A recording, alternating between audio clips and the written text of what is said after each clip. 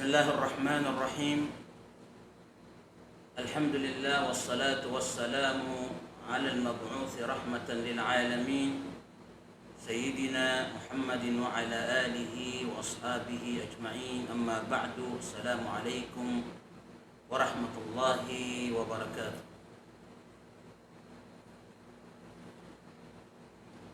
Mga kapatid sa pananampalatayang Islam, alhamdulillah, andito naman tayo sa gabi ni Allah subhanahu wa ta'ala upang ipagpatuloy ang ating pag-aaral.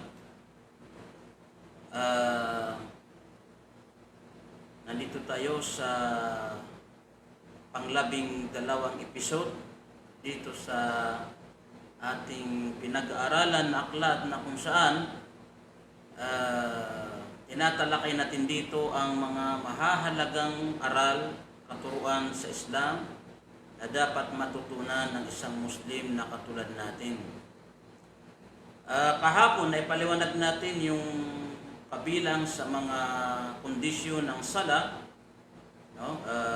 Yung pagtatakip ng aura, yung mga dapat takpan ng isang Muslim kapag siya ay magsasagawa ng sala, sapagkat sinasabi natin na ito ay isa sa mga kondisyon ng sala na kailangan bago tayo magsagawa ng sala ay nakatakip o natatakpan ang ating mga aura, yung mga dapat takpan sa katawan ng isang magsasagawa ng sala. Okay? Ipaliwag natin ano ang dapat takpan ng mga kalalakihan, gayon din sa mga kababaihan.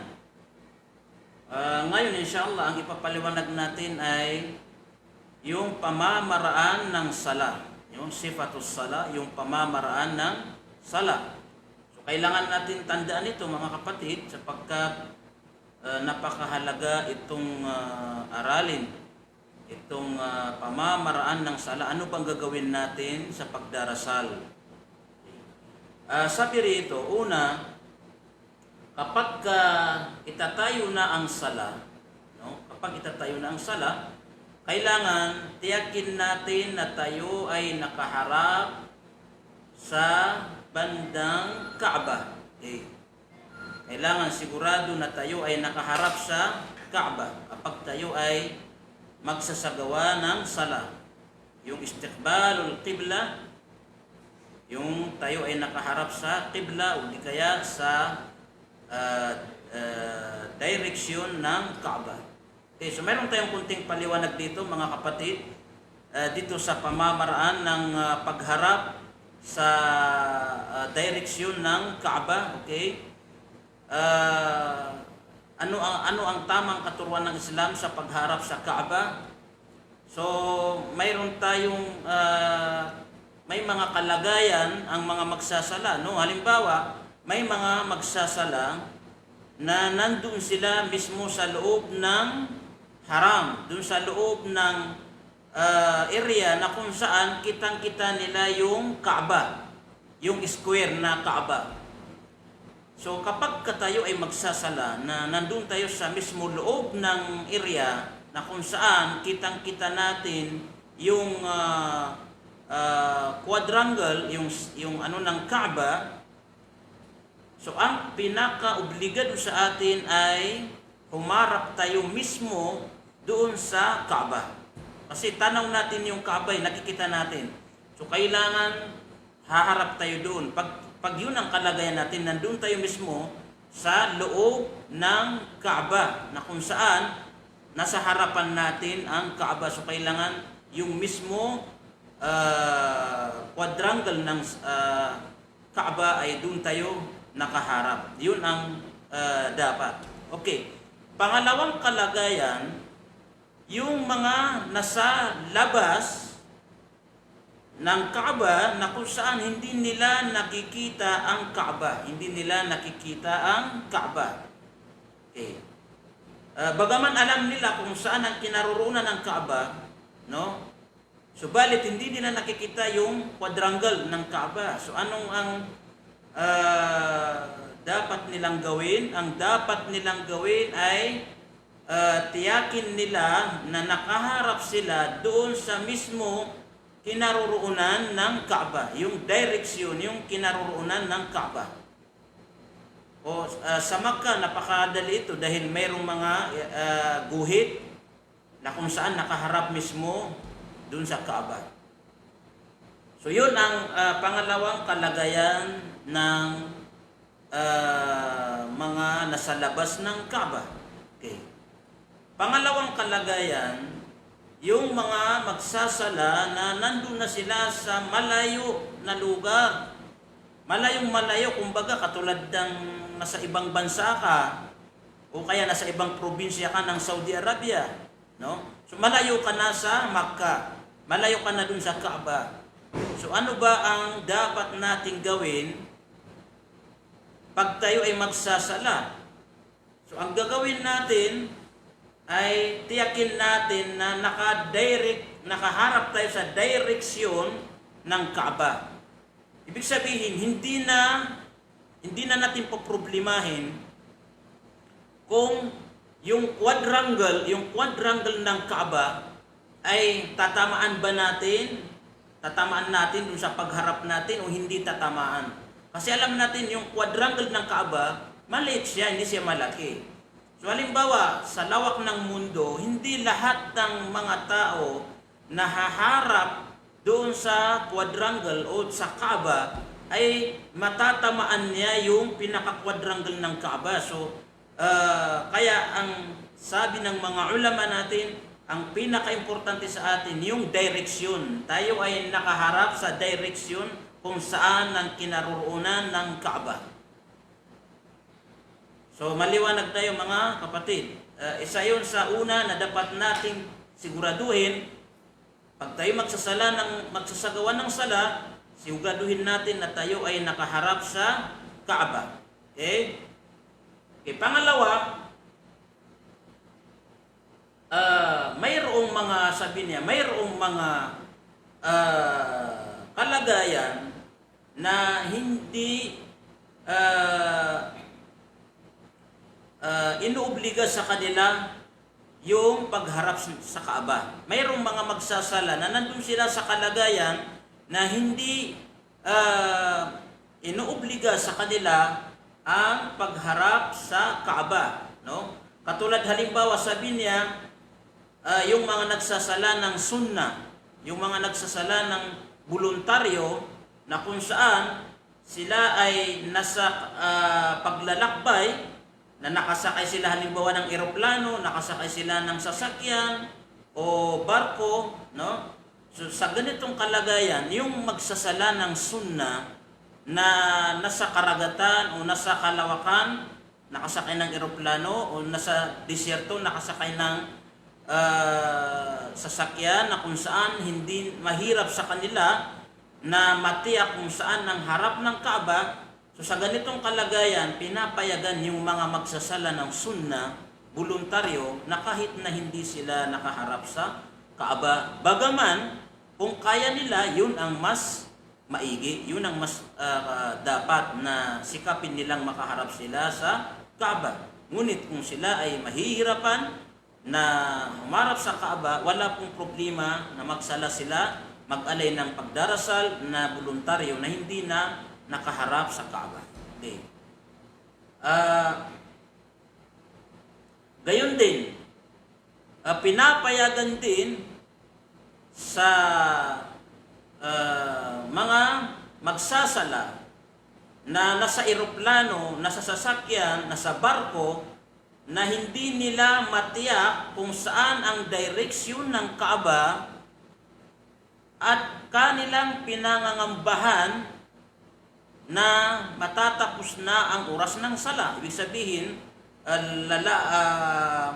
matatapos na yung oras ng sala. So, hindi pa rin nila matiyak kung saan ang kung saan ang direksyon ng Kaaba. So, sa ganitong kalagayan, dapat silang magsala kahit na hindi sigurado na sila ay nakaharap sa Kaaba. Dahil dun sa kanilang sitwasyon na nasa eroplano sila, nasa sasakyan, nasa barko, so, pinangangambahan nila baka matapos na yung oras ng sala ay hindi sila makapagsala. So, dapat na silang magsala kahit na hindi sila nakaharap sa Kaaba. Isa rin sa mga kalagayan na pinapayagan na hindi makaharap sa Kaaba ay yaong mga nasa kalagayan na digmaan, no? Halimbawa, nakasagsagan ng digmaan at wala kayong pagkakataon na humarap pa sa kibla dahil maaaring yung kalaban ay nasa likuran ng kibla, no? So, hindi naman pwede natatalikuran nyo yung kalaban. Kailangan nakaharap kayo sa kanila. So, sa ganitong kalagayan, pinapayagan na makapagsala na kahit na hindi nakaharap sa Kaaba. Okay, so malinaw na yun mga kapatid. Yung mga kadahilanan para hindi, kumbaga, hindi magiging obligado sa atin ang pagharap sa Kaaba. Kabilang din dito yung al-ajizu an al-istiqbali kal-marid. Yung wala rin siyang kakayahan na makaharap sa Kaaba dahil sa kanyang karamdaman o di kaya nandun siya sa lugar na kung saan hindi niya matiyak-tiyak kung saan ang harap ng o saan ang direksyon ng Kaaba. So pinapayagan din sila sa ganung kalagayan. Okay. Sabi rito, wa in salla ila ghairi al-qiblati ba'da al-ijtihad wa at-taharri sahhat salatu. Kung sakasakali na ang isang magsasala ay sinikap niyang makaharap, sinikap niyang makaharap sa Kaaba, subalit hindi pa rin siya sigurado kung talagang tinamaan niya yung direksyon ng Kaaba o hindi, at siya ay nagsala, sabi niya dito, sahhat salatu, ibig sabihin, tanggap na yung kanyang sala dahil ginawa niya yung lahat ng paraan para matiyak niya ang direksyon ng Kaaba, subalit hanggang doon lang ang kanyang kinaya. So kung sakasakali nagkamali man siya doon sa kanyang pagharap, ay tanggap na yung kanyang sala. Okay. So maliwanag na yun mga kapatid, yung nang tawag dito, yung mga paliwanag doon sa pagharap sa qibla. Sinabi pa dito, sabi niya, kung sakasakali na nakapagsala siya, pagkatapos niyang gawin ang lahat na matumbok niya, yung matamaan niya yung direksyon ng Kaaba, subalit pagkatapos niya magsala, natiyak niya na hindi pala niya natamaan yung direksyon ng Kaaba. Okay. So, natiyak niya na hindi pala siya nakaano sa Kaaba. So kung halimbawa siya ay sa kasagsagan ng kanyang pagdarasal ay napag-alaman niya na mali pala yung kanyang pagharap, halimbawa may taong nakakita sa kanya, din itinuwid niya yung kanyang pagharap, sabi niya mali yan, ito ka. So hindi na niya kailangan ulitin yung mga raka'a na natapos na niya, no, bagkus ipagpapatuloy niya kahit na sa kanan niya natamaan yung direksyon ng Kaaba sa kasagsagan ng kaniyang sala. Yun ang hatol doon, yun ang batas doon mga kapatid, no? Halimbawa, hindi mo matiyak kung saan ang Kaaba pero ginamit mo ang lahat ng kaya mong estimate kung saan talaga ang direksyon ng Kaaba, din nagsala ka na. Ngayon, sa kasagsagan ng sala, mayroong taong nakakita sa iyo na hindi ka masyadong nakaharap sa Kaaba, din inayos na yung pagharap natin sa Kaaba. So sabihin natin, nakadalawang raka ka na doon sa kalagay na hindi ka nakaharap sa Kaaba, din yung natitirang dalawang raka nandun ka na sa tamang pagharap sa Kaaba. So anong gagawin natin? Ipagpatuloy lang natin ang ating sala at hindi na kailangan natin ulitin yung dalawang raka na sabihin natin hindi ka masyadong nakaharap sa Kaaba. Yun ang ano doon. Okay. Sa pamamaraan din ng sala mga kapatid, kailangan hanggat kaya natin ay maisagawa natin ang sala na nakatayo. Tayo ay nakatayo, no? Hindi maaari tayong magsala na nakaupo, no? Hanggat kaya natin na tayo ay nakatayo, dapat isasagawa natin ang sala na tayo ay nakatayo. Maliban na lamang kung mayroon tayong karamdaman na hindi natin kayang tumayo, so doon tayo pinapayagan na magsala na depende sa abot ng ating kaya. Halimbawa, ang kaya mo ay nakaupo lang, so pinapayagan ka magsala ng nakaupo kasi hindi mo kayang nakatayo. Kung hindi mo rin kaya na nakaupo, so pinapayagan ka rin na nakatagilid, no? So kung anong kalagayan na kaya natin ay yun ang pinapayagan sa atin na isagawa natin ang sala sa ganung kalagayan. Okay. Ngunit katulad ng sinabi nga dito, hanggat kaya natin na tayo ay nakatayo, dapat nakatayo tayo. Okay?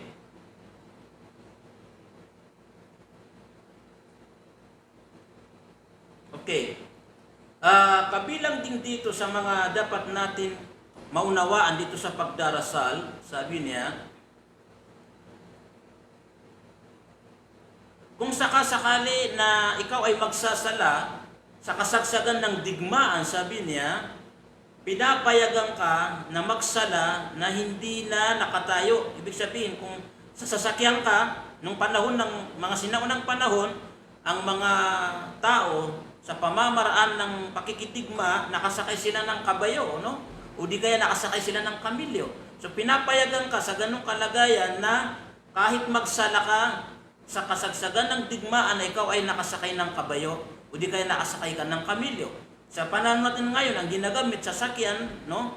So kung sakasakaling hindi kaya ng pagkakataon na bumaba sa sasakyan dahil kasagsagan nga ng digmaan, so pinapayagan ka magsala doon sa kung anong sasakyan na ating ginagamit doon sa kalagayan na yon. So pinapayagan tayo doon. Okay? Gayon din yung mga walang kakayahan na magsala ng patayo, no? Katulad ng mga nasa eroplano na kung saan minsan sa eroplano hindi natin kaya tumayo lalo na pagka medyo malakas ang hangin sa himpapawid. Gayon din sa barko, kung sakaling malalakas ang alon, hindi natin kaya tumayo, pinapayagan tayo na magsala ng nakaupo, okay? Kung talagang hindi natin kaya na makapagsala ng patayo, okay?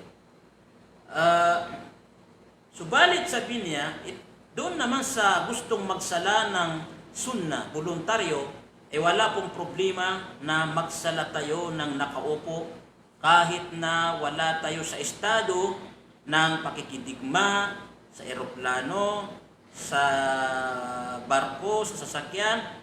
Kasi yung sunna pinapayagan na maisagawa na sa pamamaraan na tayo ay nakaupo. So yun ang pagkakaiba ng sala na obligado doon sa sala na sunna. Dahil ang obligado, kailangan talaga na hanggat kaya natin, isagawa natin ito na tayo ay nakatayo. Bagaman bagkus itong pagdarasan ng sunna ay kahit na hindi tayo nakatayo ay pwede tayo magsala ng sunna na nakaupo.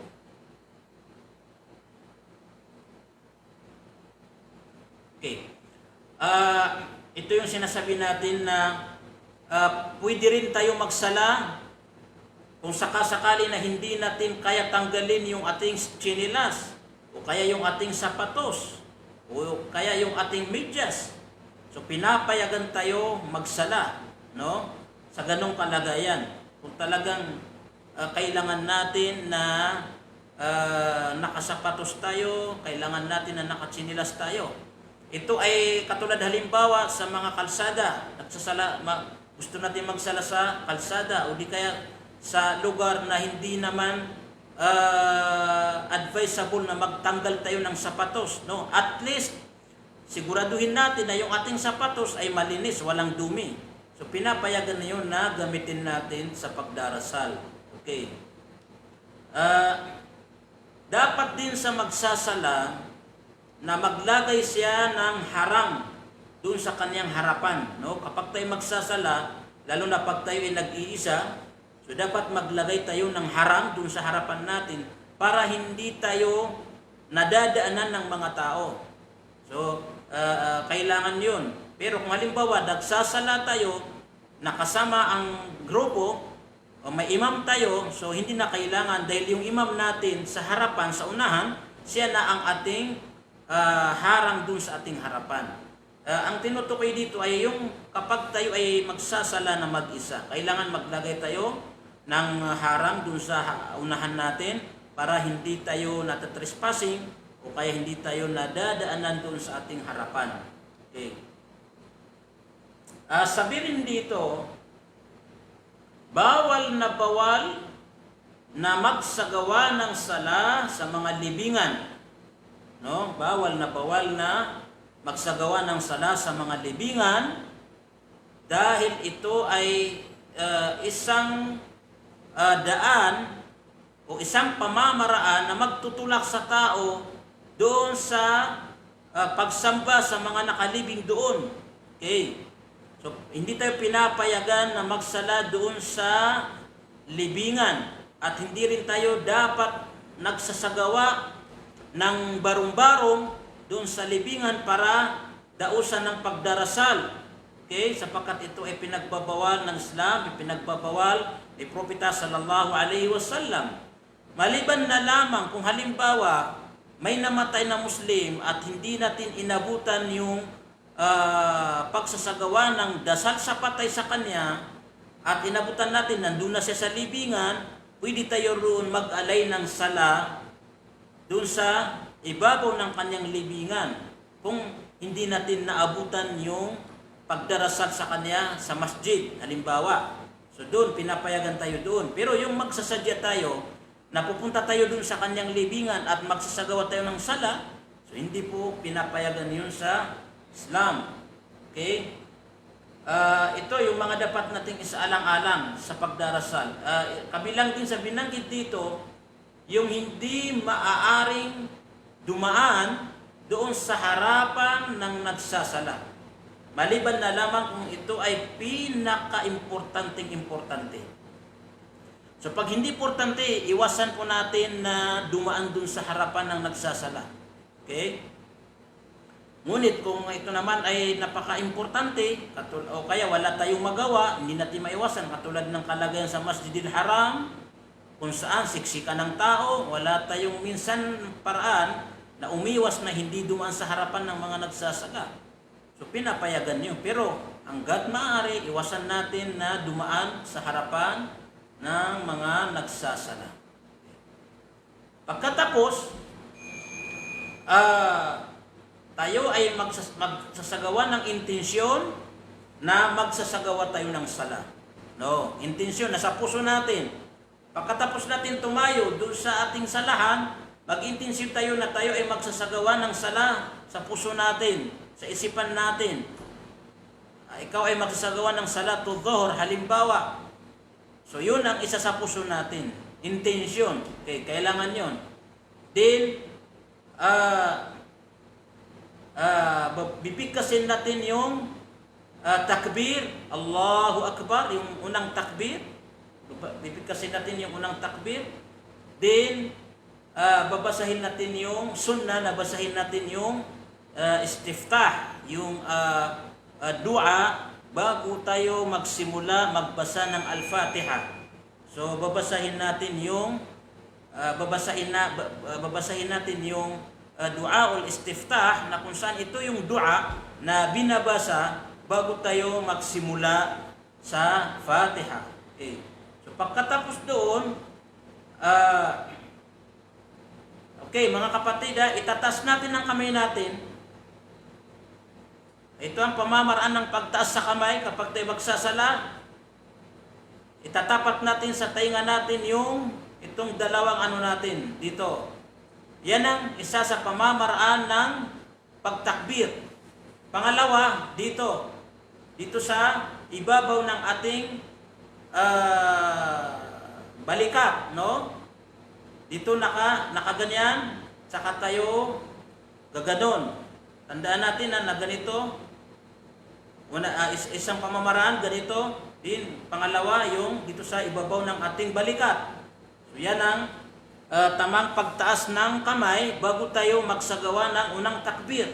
Okay.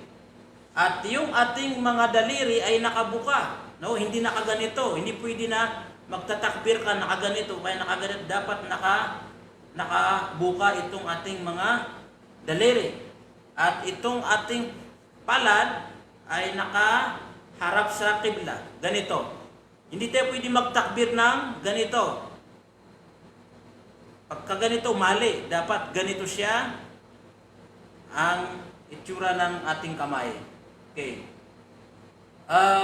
Then pagkatapos, ilalagay natin ang ating kaliwang kamay, no? At ipapatong natin ang ating kanang kamay. Okay, dito natin ilalagay sa ating sa malapit sa ating dibdib, no? Lalagay natin dito. At itong kamay natin, hawak-hawak niya yung buko ng kaliwang kamay natin. Itong kanang kamay natin, hawak-hawak niya yung buko ng kaliwang kamay natin. Ganyan. Yung pamamaraan ng paglalagay ng dalawang kamay dito sa dibdib natin. Okay.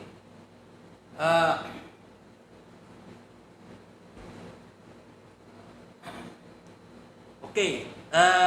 Pagkatapos doon, dapat tayo, habang nagsasala tayo, nandun yung khusyu, ibig sabihin nandun yung ating puso ay talagang nakatitig doon sa takot kay Allah Subhanahu wa Ta'ala. Dapat mayroon tayong khusyu. Kumbaga, ramdam natin yung pagdarasal. Nandun yung inaalaala natin si Allah Subhanahu wa Ta'ala. Tayo ay nagsasala. Kaya iwasan natin ang lahat ng mga bagay na makakadistract sa ating kaisipan habang tayo ay nagsasala. No? Kaya, katulad ng sinabi nga natin, na dapat nandun yung taimtim na pagdarasal. Hindi yung kung ano-ano ang iniisip natin. Iniisip natin ng mga nasa labas, mga anumang mga bagay na makakadistract sa ating kaisipan. Iiwasan natin yan habang tayo nagsasala. At yung ating mata ay nakatutok doon kung saan tumatama ang ating noo sa pagpapatira pa. Doon nakatutok yung ating mata kung saan natin inilalapat itong ating noo. Hindi yung sa langit tayo nakatingin o kaya sa dito sa bandang kanan, bandang kaliwa, hindi. Dapat doon tayo nakatutok kung saan nilalapat natin ang ating noo. Okay? So, yun ang mga dapat nating gawin habang tayo ay nagsasala. Okay. Then pagkatapos, babasahin na natin yung istiftah, yung tinatawag natin na dua, bago tayo magbasa ng Al-Fatiha, katulad ng Subhanakallahumma wa bihamdik, wa tabarakasmuka wa ta'ala jadduk, wa la ilaha ghayruk. O di kaya yung mga iba pang mga nabanggit sa hadith ni Propeta sallallahu alaihi wasallam na kanyang binabasa bago siya magbasa ng Al-Fatiha. At pagkatapos doon, magbabasa na tayo ng Al-Fatiha. No. Pagkatapos natin basahin ng Al-Fatiha, isunod natin yung mga maikling kabanata sa Quran. Okay? Katulad ng Suratul Ikhlas, Qul Huwallahu Ahad, at mga iba pang maiigsing kabanata. Okay. Sabi rito, mainam habang tayo nagbabasa ng Al-Fatiha at ng mga iba pang karagdagang sura, na babasahin natin ng dahan-dahan na kung saan bawat aya ay humihinto tayo. Halimbawa, Bismillahirrahmanirrahim. Alhamdulillahi Rabbil Alamin. Yun ang mas maganda. Kung para sa magbabasa ka, Bismillahirrahmanirrahim, Alhamdulillahi Rabbil Alamin. So, pwede na rin yung bagkos sabi niya, mas mainam na nagbabasa tayo ng paisa-isa, bawat isang aya, isang bigkas, no? Katulad ng sinabi natin, Bismillahirrahmanirrahim. Alhamdulillahi Rabbil Alamin. Ar-Rahmanirrahim. Ganon, hanggat sa matapos yung babasahin natin. Yun lang, mas maganda. Okay. Ah, pag tayo ay kasama sa jamaa, imam, halimbawa nagsala tayo, congregation, pangkaramihan, so tayo ay hindi inuobliga na magbasa doon sa unang dalawang rakaa, no, sa mga sala na kung saan nilalakasan yung pagbabasa, katulad ng Maghrib, Fajr at saka Isya. So hindi tayo inuobliga na magbasa doon habang yung imam ay nagbabasa, maliban na lamang kung ang imam na nasa harapan natin ay binibigyan tayo ng pagkakataon na makapagbasa. Halimbawa, ang imam pagkatapos na magbasa ng Al-Fatiha, medyo huminto siya, gusto niyang pabasahin ng Al-Fatiha yung mga nasa likuran niya, yun, pwede tayo magbasa doon. Pero kung wala, dahil tuloy-tuloy siya, hindi na kailangan natin magbasa ng Al-Fatiha, so yung kanyang pagbabasa ay kasama na tayo doon. Subalit, doon sa huling dalawang rakaa na hindi nilalakasan ng imam, yung pagbabasa, no? Kasi yung dalawang rakaa sa unahan lalakasan niya, yung sa dalawa sa dulo, hindi niya nilalakasan, so dapat magbasa tayo doon. Okay? Magbasa tayo doon ng Al-Fatiha at magbasa tayo doon ng Al-Fatiha. So yun ang sinasabi rito. So tandaan natin yan, doon sa unang dalawang rakaa na kung saan nilalakasan ng imam ang kanyang pagbabasa, at kung hindi tayo bibigyan ng pagkakataon na makapagbasa ng Al-Fatiha, hindi na tayo magbabasa. Ngunit kung pagbibigyan tayo, ihinto siya para hintayin tayo, magbabasa tayo ng Al-Fatiha. Okay. Sabi rin dito, sunnah na yung dalawang rakaa sa una na kung saan nilalakasan natin ang busis natin, dapat yung unang rakaa ay mas mahaba ang babasahin natin doon na ibang sura. Halimbawa, nagbasa tayo ng Al-Fatiha, din susundan natin ng medyo mas mahaba na sura. Din dun sa pangalawa, mas maigsi, no? Yun ang sunnah, mas mahaba sa una, din mas maigsi na sura dun sa pangalawa. Yun ang sunnah na sinasabi ng ating mga ulama. Okay. So sabi niya, dapat malakas ang pagbabasa natin sa mga pagdarasal na kung saan nilalakasan ng busis dito, katulad halimbawa ng pagsasala sa Fajr, pagsasala sa Jumaa, yung Eidain, yung Istisqa, paghihingi ng ulan, wal kusuf, pagka nag-eclipse yung buwan at araw, no? At saka yung dalawang raka sa Maghrib, no? At saka yung dalawang raka sa Isya, at saka yung yung dalawang raka sa Maghrib sa una, at saka yung dalawang raka sa unahan ng Isya. So dapat yung mga sala na kung saan nilalakasan dito ang mga busis, dapat natin lakasan ang busis natin. Sabi niya, doon naman sa witr, no? Sa pagsasala ng witr, ito yung pagdarasan na sunnah, voluntaryo pagkatapos ng Isya. Sabi niya rito, pwede natin lakasan ang busis natin, subalit katamtaman lang. Okay? Katamtaman lang yung busis natin. Huwag masyadong lakasan yung ating busis. Okay. Pagkatapos natin magbasa ng Al-Fatiha at ng iba pang kabanata, saka na tayo yuyuko. Na kung saan ang pamamaraan ng pagyuko, no? Bago tayo yumuko, itatas natin ang ating kamay, din saka tayo yuyuko. Okay. So, yung tamang pamamaraan ng pagyuko, kailangan naka-level yung ating likuran. Dapat naka-level, nakapantay yung ating likuran. Okay. Nakapantay yung ating likuran na para bang kung magbubuhos tayo ng tubig dito sa likuran natin, ay pupunta dun sa harapan at pupunta dito sa likuran. So talagang naka-level yung ating likod. Yan ang tamang pamamaraan ng pagyuko, yung ruko na sinasabi natin. Okay mga kapatid? So dahil sa ang 30 minutes natin na inilalaan natin na oras dito sa ating pag-aaral ay lagpas pa tayo. So anyway, medyo mahaba-haba itong paliwanag natin sa pamamaraan ng pagdarasal dahil napaka-importante ito, kailangan ng detail na paliwanag. So inshallah dadagdagan lang natin ito sa darating na Friday, ipagpapatuloy natin. Dito tayo nagtapos dito sa pagyuko, anong pamamaraan ng pagyuko. So nawa mayroon tayong napulot na aral dito sa ating patuloy na pagtalakay dito sa aklat na ating pinag-aaralan. So akhiru da'wana alhamdulillahi rabbil alamin. Subhanakallahumma wa bihamdik asyhadu an la ilaha illa anta astaghfiruka wa atubu ilaik. Wassalamu alaikum warahmatullahi wabarakatuh.